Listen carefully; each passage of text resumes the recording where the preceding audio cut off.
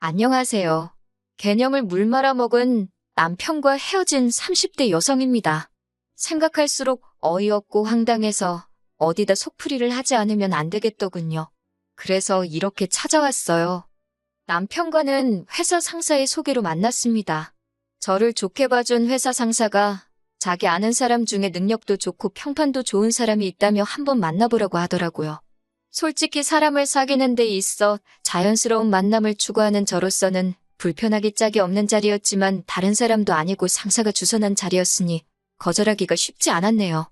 그리고 저도 애인이 없긴 했으니 가벼운 마음으로 나가게 되었어요.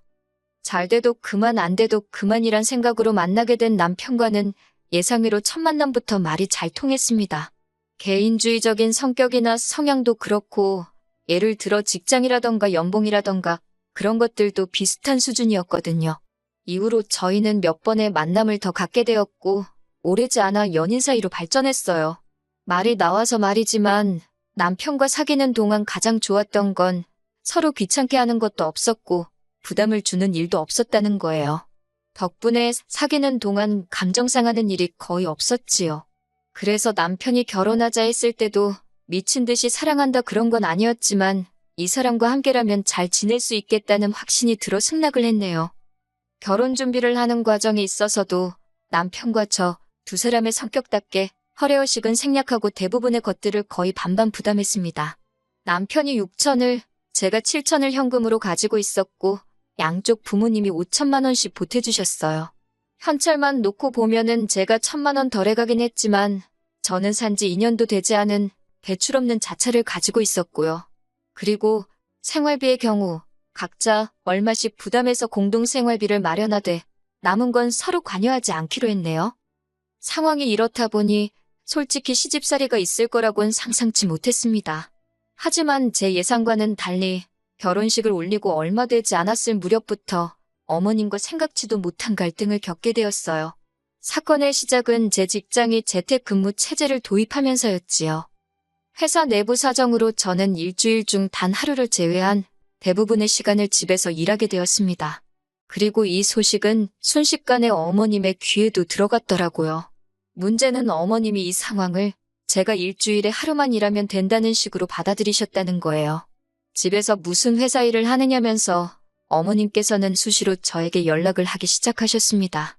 처음에는 정말이지 어머님께서 급한 일이 있어 연락을 하시는 건가 싶어 전화벨이 울리기가 무섭게 받곤 했는데 정작 받아보면 하신다는 말씀이 날이 추우니 오늘은 남편 저녁으로 칼국수를 하라던가 내복을 입혀서 출근을 시키라던가 심지어 이불을 빨아라. 밖에 미세먼지가 많으니 집안 물걸레질을 해라. 진짜 어이없는 별 시덥지 않은 잔소리를 하시더라고요. 솔직히 어머님의 전화는 도가 지나치게 잦았고 의미가 없었습니다. 그리고 평소 제 성격이라면 좋다 싫다를 확실히 말했겠지만 막 시집온 며느리 입장으로는 어머님께 의견을 말하는 게 쉬운 일이 아니더라고요. 결국 저는 남편에게 당신도 사회생활을 하니까 잘알지 않냐며 도움을 요청했습니다. 당신도 알다시피 내가 집에서 일을 하는 그 시간은 회사에서 돈 받고 일하는 시간이다. 그렇기 때문에 그 시간 안에는 당신 밥상을 준비한다던가 집안일을 한다던가 그런 건 할 수가 없다고 어머님께 잘 이야기해달라고요. 그런데 남편이 보인 반응은 뜻밖이었습니다. 집에서 일을 어떻게 하는지 회사가 감시를 하는 것도 아닌데 짬짬이 할 수 있는 건 하면 좋지 않냐고요. 사실 저희는 집안일도 반반 부담을 하고 있었는데 남편 역시 제가 더 이상 출퇴근을 하지 않으니 제가 좀 더 할 수 있는 거 아니냐고 생각했던 모양이더군요. 황당하고 어이가 없어서 믿는 도끼에 발등 찍히는 게 이런 기분인가 싶대요. 도와주긴커녕 남편마저 헛소리를 해대니 저도 제 나름대로 방법을 찾을 수밖에 없었지요. 그래서 회사 일을 하는 동안에는 어머님께 걸려오는 전화는 그냥 무시해버렸습니다. 문자도 읽기만 하고 답장은 하지 않았어요. 그랬더니 어머님께서 남편에게 한 소리를 하셨던 모양입니다. 하루는 남편이 왜 어머님 연락을 안 받느냐고 길길이 날뛰길래 어차피 중요한 일이면 아들인 당신한테 하시면 되는 거 아니냐고 저도 지지 않고 따지고 들었어요. 그리고 이후로 남편이 어머님께 뭐라고 이야기를 했는진 몰라도 더 이상 어머님이 먼저 저에게 연락을 해오시는 일은 거의 없었지요.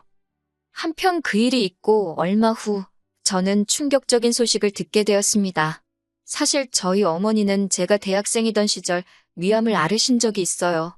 다행히 늦지 않은 시점에 발견해 완치 판정을 받기까지는 오랜 시간이 걸리지 않았지만 그때 친정어머니뿐만 아니라 친정아버지와 그리고 저희 자매 모두 얼마나 속을 끓였는지 모릅니다.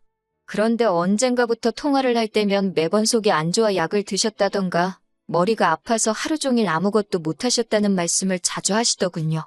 그럼에도 불구하고 병원에는 안 가겠다 고집을 피우시는 어머니를 설득 끝에 간신히 대학병원에 모시고 갔습니다. 회사에는 당연히 휴가를 냈고요. 그런데 어디서 들으셨는지 보나마나 남편이겠지만요. 어머님께서 저에게 모처럼 전화를 하셔서는 일하느라 바빠 죽는다고 시엠이 전화도 못 받는다면서 지네 엄마랑 병원 갈 시간은 있는가 보다고 한껏 빈정대시며 기분 나쁜 티를 내시더군요. 그런 어머니 말씀에 어이가 없어서 아픈 친정어머니 모시고 병원에 가는 것도 기분 나빠하실 줄은 몰랐다고 받아쳐버렸지요. 그랬더니 니네 엄마는 네가 효녀라 좋기도 하겠다며 어찌나 비아냥거리시던지 남편에게 도대체 어머님이 왜 저러시는지 모르겠다 하니까 한다는 소리가 신우는 어머님께 살갑지가 않은데 저는 친정어머니한테 살가우니 부러워서 그러는 거라며 저더러 친정어머니께 하듯이 어머님께도 살갑게 해달라나요. 아무튼 그렇게 친정어머니와 찾은 병원에선 충격적인 이야기를 듣게 되었습니다. 완치된 줄 알았던 암이 10여 년 만에 전이가 돼서 나타났다대요. 손발이 덜덜 떨리고 가슴이 벌렁거렸지만 최대한 이성을 붙들었어요. 곧이어 일단 가장 빠른 날짜로 수술을 잡으면서 병원에 입원 절차도 밟았고요. 그리고 불행 중 다행이라고 해야 할지 그나마 저는 바쁜 회사 일로 매년 다 쓰지 못하고 모아둔 휴가도 많이 있었고 그리고 회사 내에 간호휴직 제도도 있었습니다. 저는 회사에 바로 상황을 알려 이 모든 휴가를 쓰기로 일단 이야기를 해두곤 입원한 친정어머니를 간호하는데 온 신경을 쏟기 시작했네요. 그런데 어머님께선 이 상황을 굉장히 못마땅하게 여기시더군요. 제가 친정어머니한테 신경을 쏟느라 당신 아들인 남편을 챙기지 않는다는 게 마음에 안 드신다고요. 당신 아들이 호래비도 아닌데 혼자 밥 챙겨 먹고 옷 갈아입어가며 회사에 다녀야겠냐면서 저희 친정어머니 사정을 뻔히 아는 분이 거리낌 없이 그런 소리를 하시는데 어찌나 서운하던지요. 하지만 참다 못한 제가 결국 그 서운한 마음을 남편에게 토로하자 남편이 기껏 한다는 소리는 더 가관이었습니다. 제가 친정어머니를 챙기듯 어머님도 자기를 챙기는 것뿐이라나요? 그럴 것 같으면 어머님이 와서 아들인 당신 밥도 해주시고 빨래도 해주시면 되겠네. 그 소리가 정말 목구멍 끝까지 올라오대요. 말이 나와서 말이지만 어머님이고 남편이고 그저 제가 친정어머니 곁에 붙어있는 걸 못마땅해 할 뿐 한 번을 친정어머니 상태는 어떠시냐, 나아지고 있냐 물어보는 법이 없었습니다. 특히나 남편은 한 번 들여다볼 생각도 없는 눈치였고요. 어차피 결혼 초부터 효도는 셀프로 하자고 서로 얘기를 했던 터라서 남편에게 처음부터 바라는 바도 없었고 기대는 더더욱 없었지만 어찌나 무관심하던지 막말로 옆집 아줌마가 아파도 이것보단 관심을 보이겠네 싶더군요. 그래도 남편에게 따지고 들지 않았습니다. 내 친정어머니니 내가 잘 챙기자 그 생각만 했어요. 그렇게 친정어머니의 병간호를 시작한 지 한두 달쯤 지났을 무렵이었습니다. 어머님의 생신을 2주 앞둔 날이기도 했지요. 어머님께서 전화를 해오셨고 오늘은 무슨 잔소리를 하려고 하셨나 그런 생각을 하며 제가 전화를 받았습니다. 그랬더니 대뜸 하시는 말씀이 당신 생일은 어떻게 하기로 했냐입니다. 며느리들이고 첫 생일인데 당연히 제가 차리는 게 맞지 않냐면서요. 저도 모르게 새어나올 뻔한 한숨을 간신히 참고 어머님께 죄송하지만 올해 생일상은 못 차려드릴 것 같다고 솔직히 말씀드렸습니다. 아시다시피 친정어머니도 병원에 계시고 저도 이래저래 정신이 하나도 없다고요. 그랬더니 어머님께서 굉장히 못마땅한 목소리로 네 동생은 뭐하냐입니다. 자식이 너 하나만 있는 것도 아니지 않냐면서요. 솔직히 왜 어머님께 제 여동생 사정을 설명해야 하나 싶었지만 아무 말도 안 했다간 괜히 제 동생까지 욕을 먹겠다 싶어서 간단히 말씀드렸습니다. 동생도 저와 같이 병간호를 하고 있지만 동생은 애도 둘이나 있고 회사도 다니고 있으니 제가 더 많이 할 수밖에 없다고요. 그랬더니 어머님께서는 그러면 당신 생일날에 제 동생더러 병간호를 하라고 하고 저는 집에 와서 당신 생일상을 차리랍니다. 저는 그렇게는 어려울 것 같다고 안 된다고 했어요. 그랬더니 어머님께서 저더러 정말 마음에 드는 구석이 없다며 혀를 차시곤 전화를 끊어버리시대요. 그리고는 어머님 생신 바로 전날이었습니다. 하지만 그와 상관없이 아침부터 이어지는 이런저런 검사 때문에 저도 친정어머니도 정신이 하나도 없는 하루를 보내고 있었지요. 한참 만에 짬이나 핸드폰을 들여다보니 부재중 전화가 7통이 와 있었습니다. 모두 어머님으로부터요. 무슨 일이라도 있으신가 놀란 마음에 전화를 거니 어머님께서 다짜고짜 소리를 지르셨습니다. 진짜로 병원에만 처박혀 있을 거냐면서 잠깐 와서 당신 생일상 준비는 할 수 있는 거 아니냐고요. 그까짓 미역국이랑 반찬 몇 개 하는데 시간이 걸리면 얼마나 걸리냐고. 그래서 제가 어머님 떨어 지금 사돈이신 저희 친정어머니가 이렇게 병원에서 고생하고 계신데 꼭 저한테 생일상을 받으셔야 직성이 풀리시겠냐고 따졌어요. 그랬더니 니네 엄마가 죽을 날 받아놓은 것도 아닌데 저더러 유난이랍니다. 순간 그 소리를 들으니 화가 나는 게 아니라 정말 분노가 생기더라고요. 제가 유난은 제가 아니라 어머님이 유난이시라고. 어머님한텐 남편도 있고 신우도 있는데 왜 저한테 이러시냐고 적당히 좀 하시라고 소리를 지르곤 먼저 전화를 끊어버렸네요. 그리고 얼마 후 신우와 남편에게 번갈아가며 전화가 왔습니다. 신우가 먼저 한다는 말이 친정어머니 아픈 건 알겠지만 그래도 저는 친정어머니 딸이기만 한 게 아니라 한 집안의 며느리이기도 하지 않냐면서 며느리돌이도 해가면서 친정 챙기면 어디가 덧나냐고 그래요. 자기도 항상 시집을 먼저 챙기고 딸 노릇을 한다면서요. 그리고 남편이란 작자도 한다는 말이 그냥 잠깐 나와서 음식만 쫙 해놓고 가면 안 되냐고. 듣다 못한 제가 남편더러 그 음식만 쫙 하는 건 네가 하라고. 니네 엄마 생일이지 우리 엄마 생일이냐고. 너고 네 누나고 왜 나한테 난리냐고 소리를 질러버렸습니다.